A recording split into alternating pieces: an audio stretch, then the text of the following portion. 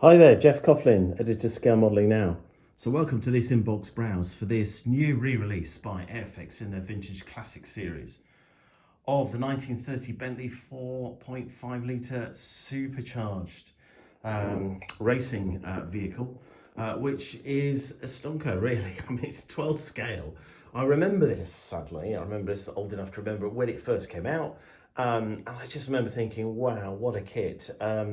Way outside my price bracket, never gonna be on my list, I don't think. So and also I gravitated towards aircraft, so that was kind of that.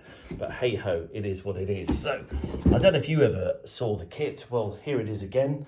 Let's have a look at it and see what we've got. Well, actually, of course, there's some flash on the parts, but I mean, if I just pull back, you can see there's an awful lot of model in this box.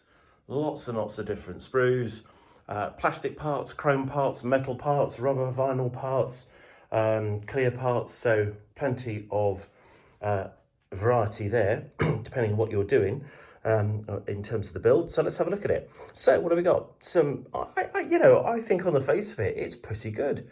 You've got some really nice fine detail here, cog detail here. You've got all this sort of folded kind of leather work at the back here. Of course, you'd always be able to decide whether you want to use the kit parts or whether you want to replace those with aftermarket or scratch parts. And I remember my friend Peter did a fantastic job of building this kit and actually replacing a lot of parts on it. I remember seeing it at Scale Model World a couple of years back. So if you're listening to this, Peter, utterly inspirational work. You know who you are, and really terrific. But so it shows that you can make a great model from the kit. By adding whatever it is that you want to add. But you've got all the sort of various things. You've got all sorts of drivetrains, engines. You get, I mean, a big part of this model, I'm sure, is the engine, and of course you get that, which is good. It's all broken down. Great instrument panel here, as you can see. You get these big rubber vinyl tyres, which are fine. They've got no seams on them. I think those look absolutely fine. And in fact, there's a really decent entry, I think, in the Techniques bank, where I show you how you can make these things really look like proper rubber, which might be useful. Little metal rod here, I'm not sure what that's for, but I'm sure it'll become clear in due course. Clear parts are good, as you can see here. Various bits and bobs, instrument panels, dial faces, that kind of thing. Other bits and pieces here for the main wheels, as you can imagine. Got this great tread plate here for the floor. And then you've got this sort of what I call, I don't know, it's sort of like a smoky chromed section over here, which you can either use as is, or as I know some car modelers like to strip it back and then repaint it in their own method. Well, that's your choice, or you can just use the parts that's supplied. And then you get a sense of the size of the whole vehicle. It really is quite big. I mean, my hand is here on the left-hand side, as you can see the whole sort of subframe chassis thing going on here at the back, with the various springs and other suspension bits at the back there. Makes it into quite a decent sized model, that's for sure. And here again, you've got the main chassis parts and the various parts of the bonnet or hood, as you like.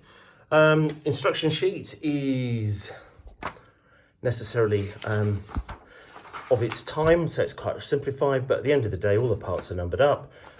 So if you follow the instructions, you will be able to build a model. There's no doubt about that. And then I guess it's all about how far you want to go. How far do you want to add anything else to what's here? Or are you happy to build it straight from the box? Well, personally, I'd be happy to just have it built straight from the box. I think it looks great. I mean, it's absolutely iconic. One of the iconic releases by Airfix over the years, for sure. And there it is, the big number 8 all over it. Superb stuff. So I really like this kit. I'm sure those of you who have built it will have your own views about accuracy and detail and all the rest of it. But at the end of the day, you've got to understand it does come from its age. So for its time, it wasn't bad. I still think it looks like quite a nice kit, I must say. You even get a decal sheet here, which you can see over here on the right-hand side, to add the basic details. And then, as we said here on the instruction sheet, it fairly is pretty standard stuff looking at it. yeah, just need to go about that with a systematic approach, I think, in terms of painting and all the rest of it, and then bringing various sub-assemblies together afterwards. So there we go. That's it. That's the 1930 Bentley 4.5 litre supercharged racing car in the vintage classic series in 1/12 scale.